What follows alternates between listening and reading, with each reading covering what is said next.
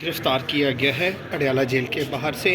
آپ کو ابھی تک کیا انفارم کیا گیا ہے, کب تک پیش کیا جائے گا, اور کیا اس سے خلاف آپ اعلیٰ عدلیہ سے بھی رابطہ کریں گی؟ جی ہمیں اس وقت کوئی انفارمیشن نہیں دی گئی. جب وہ اریسٹ کر رہے تھے ہمیں تو لگا تھا کہ ایم پی او کے تحت کر رہے ہیں. اب ہمیں ٹیلی ویژن سے پتہ چلا ہے کہ انہوں نے ایک نئی ایف آئی آر میں کیا ہے.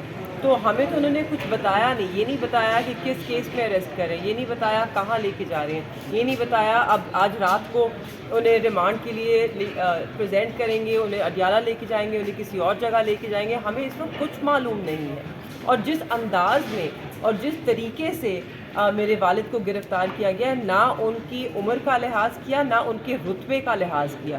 وہ پاکستان تحریک انصاف کے وائس چیئرمین ہیں, وہ پاکستان کے 2 مرتبہ وزیر خارجہ رہ چکے ہیں, وہ ایک بہت بڑی جو صوفی سلسلہ ہے اس کے گدی نشین ہیں, اور بر صغیر کی سب سے بڑی جماعت ہے غوثیہ جماعت, جس کے وہ سجادہ نشین ہے. تو انہوں نے تو کسی ایک چیز کی انہوں نے عزت نہیں کی.